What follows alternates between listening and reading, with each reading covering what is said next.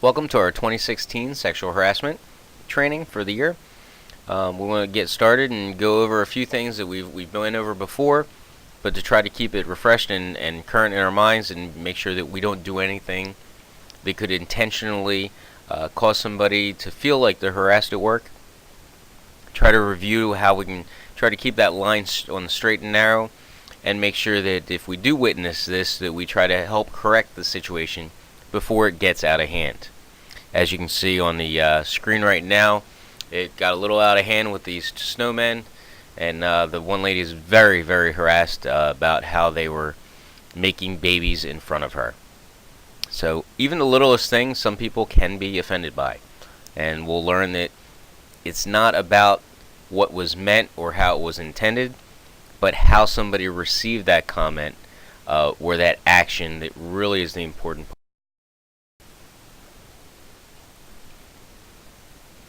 Sexual harassment is actually a law as far as harassment goes.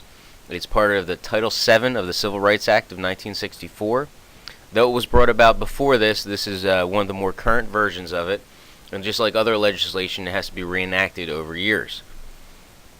It guarantees the workplace, and that's any workplace, to be free from discrimination based on those following criteria as far as sex, race, color, age, religion, and nationality.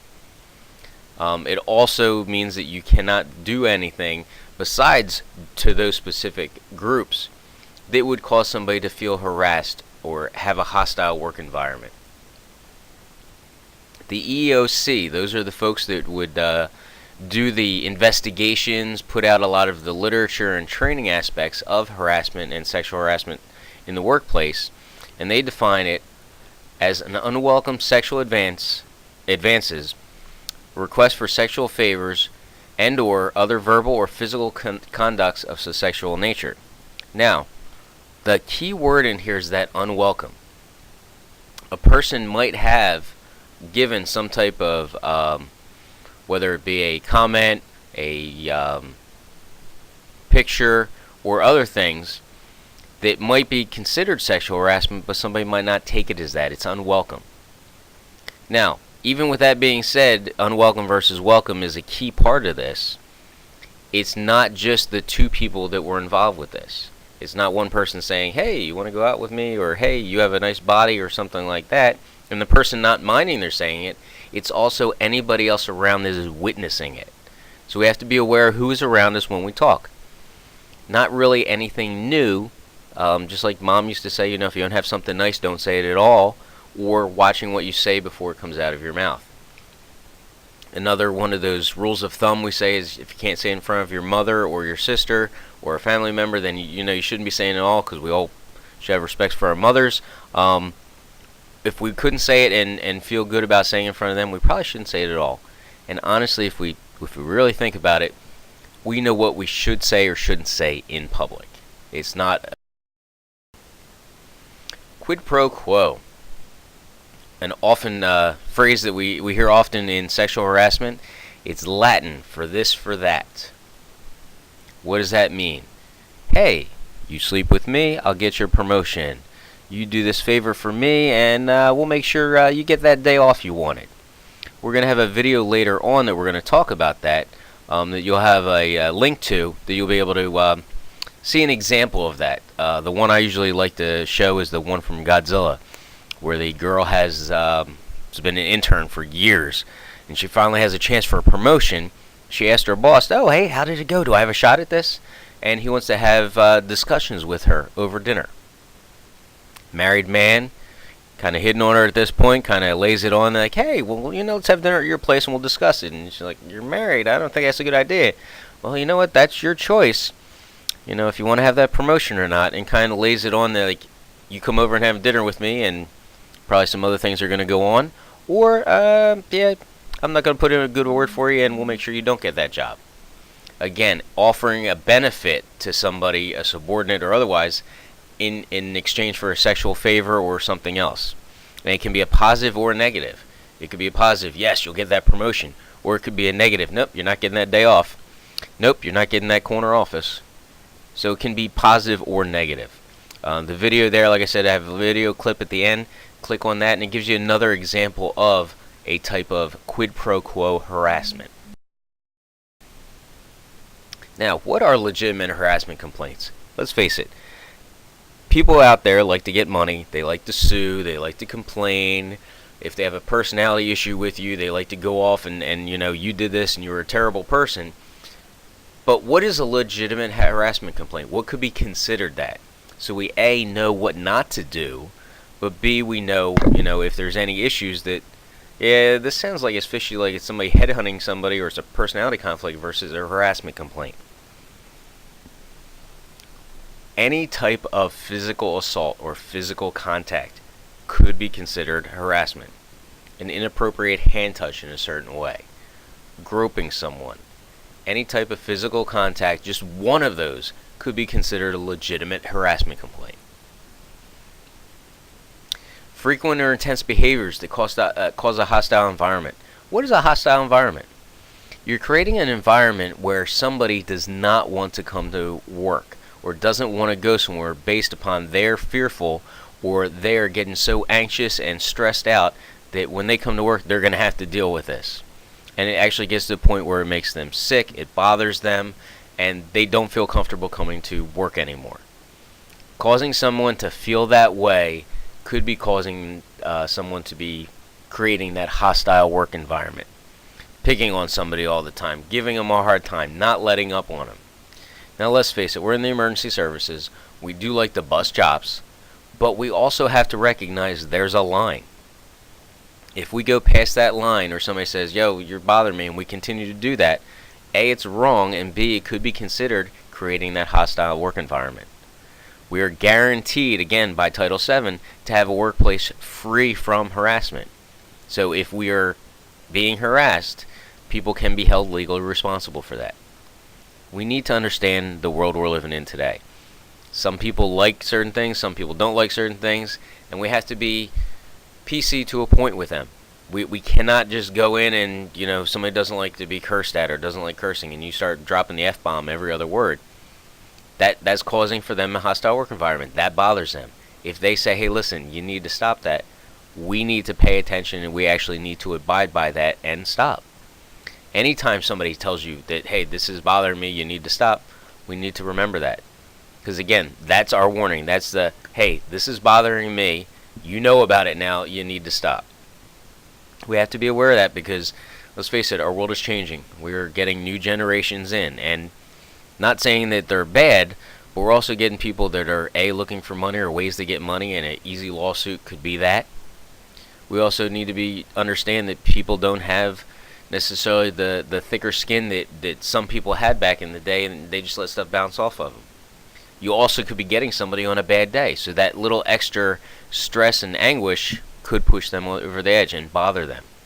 So it can be both ways. It can be those people that it really isn't a legitimate thing, and there's other ones that we need to start paying a little bit more attention and minding when we're bothering somebody or somebody's bothered by something we do. A history of abuse, constant history, harassing somebody, yelling at somebody, especially in front of others, could be considered a work environment, hostile work environment.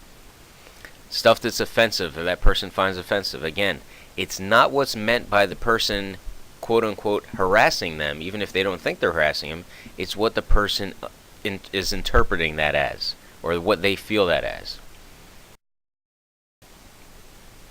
What can be considered harassment? Some other things: obscene language, sexual innuendos, sexual propositioning. Some other things that we think about: crude jokes. We might think they're funny, but other people may not. And that's stuff, again, we need to be aware of. Disturbance in the force. Communicating somebody's physical attributes. Whoa, check out her, she's hot. Or, dude, check out that six-packs on that guy. Depending, male, female, what they're looking at. Having a comment about their physical attributes could also be considered harassment. We need to be aware of that. One of the things that we need to look at, besides, we wouldn't say in front of our mother or sister, the other thing we should be looking at is we know what's wrong. If we have any question in our mind that what we're about to say could bother somebody, we probably shouldn't say it. And again, it's not something that's out there that's ambiguous or obscure, we know these things. And the big thing we also need to be concerned with is, who are we around? Who are the people we're around, and what do they consider okay and what don't they consider okay? What is your audience that you're around? And because sex-based harassment, this is when a harassee or somebody that's being harassed is being harassed based upon their gender. This is when, and just heard on the news recently, you have a group of men and women, and they're both working the same job, same experience, same everything. The men maybe get better tools than the women. They maybe get paid more than the women. This is sex-based harassment. They're being harassed and being slighted because of their gender. Obviously, this isn't right. They're actually, like I said, enforcing more laws to make that even more hard to happen. But it is out there, and it is considered harassment. It's not sexual in nature, like we said. It's based upon their. Alright, so you're out there. You're feeling that you're being harassed, whether it be by a boss, a fellow co-worker. It's bothering you. What do? How do you report it? The best way, not the easiest way, but the best way, is to tell the person that you're harassing them. Let them know it's bothering you. Tell them they need to stop, and confront it that way. If they have any common sense, they're going to know that they need to stop at that point. That they are bothering you, and if they continue, they're crossing that line. They may have already crossed it to a point, now they're jumping over with both feet. So that's the best way, not necessarily the easiest way, because nobody likes confrontation. Well, most people don't like confrontation. But if you want to try to do it and hit it head on and have the best, I guess, when we do have to actually report it, the best defense that you try to do everything you could, this is going to be the best way to do that. If you don't feel comfortable, which some people don't, because sometimes the person that's harassing is somebody in an authoritative nature. It might be your boss, might be a big boss, might be the president of the company. You need to feel comfortable, and you might not go into them, or you may need to go above them because they're the harasser. So go above and go to either your supervisor or their supervisor and let them know. Now, with this, just like in EMS, police, and fire, when you have an incident like this, you need to document it. Document the times it happens. Document the date it happens. Who's around you, and be able to explain, hey, this is why this did this. This made me feel harassed. I told them about it. They continue to do it, and then having witnesses on top of it. The more documentation you have, the better your harassment complaint's going to be heard, because they know you took the time to go through and get all this information, and then they can go back and get that information and corroborate it with other parties, those witnesses who were there, times that certain people would be there, and again, it'll add credence to what you're talking about. So anytime you do feel harassed, you need to document it and make sure that all the information, as detailed as possible can be. That also goes into effect when you do have to lodge that complaint. If anything happens after that, that person came and retaliated against you for lodging that complaint. Again, all that needs to be documented and discussed and reported so that things can be done and that issue can be resolved. Some other considerations with harassment. Again, the victim is the one that is receiving their harassment, whether it be meant or not. It's how they're perceiving it, how they're feeling that it's being meant towards them, even if they don't. And this is where things can get gray, and people can, think things are askew, and not understand that, I didn't mean that. Well, that's the way it made me feel. Well, it needs to be explained, and that's why it's being reported. Or again, the best way is to go to that person and say, hey, listen, this is bothering me. And say you document that down. Hey, I went to this person on this date. They were cursing. It really bothered me. I told them to stop, and they said, suck it up. You're in the emergency services. Get thicker skin. And that's what they told me. And then you report that. That documentation is going to be helpful. And again, it's not how the person It's the person receiving their harassment or feeling harassed, not the way it was meant towards them. And let's face it, men and women also think about things and hear things totally different. They could see the same thing, witness the same thing, but interpret it completely differently. We're going to show you 2 examples. I tried to be even here, both a male and a female, one that males would probably like and females would probably like, so I tried to balance it out. But look. Alright, so we got a girl riding a bike. Well, the guys are probably saying, yep, that's the picture. I actually got this in an email sent to me, and the caption was, "Oh my goodness, I cannot believe she's not riding in the bike lane." Obviously, that's not what was meant to be seen here. Was an attractive girl, has a nice body, and so forth. Now, what did I just say? I gave you a quick my interpretation of what I'm seeing. Now, another guy could be seeing something totally different. It could be better or worse. Either or. And that's in the same gender. Now go and give it from a female perspective. A female looking at a female like this. I've heard different comments when I've shown these pictures. All from, hey, look at the slut, to, man, I wish I had a body like that, to a bunch of other things. Men and women can look at the same thing, or even men and women look at the same thing and have completely different opinions on what they're seeing. So we need to be cognizant about that when we post pictures, when we tell jokes, when we send those emails through our business email and send stuff like this. Now, so here's one for the ladies. Now again, ladies could say, "Oh wow, check him out. He's hot, and look at that body. He's got all the muscles and all that stuff." And guys are like, "Is Vin Diesel?" Or look at him. "Oh man, wish I was a little bit more physically fit." They could have a completely different skew on things too, and then take it into account the personalities. Yeah, I like Vin Diesel, or I don't as an actor. You could be looking at this a million different ways, and you're looking at the same picture, but everybody interprets it differently. And that's why when we say or do something, we got to be cognizant on how it could be received. We're not gonna, be able to completely make everything for everybody to be happy with what we say, but we can definitely be mindful of what we're saying and how it could be interpreted. We don't want to get carried away and go PC crazy, but at the same time, it is pretty obvious a lot of the things that we could say or do that could be seen as a.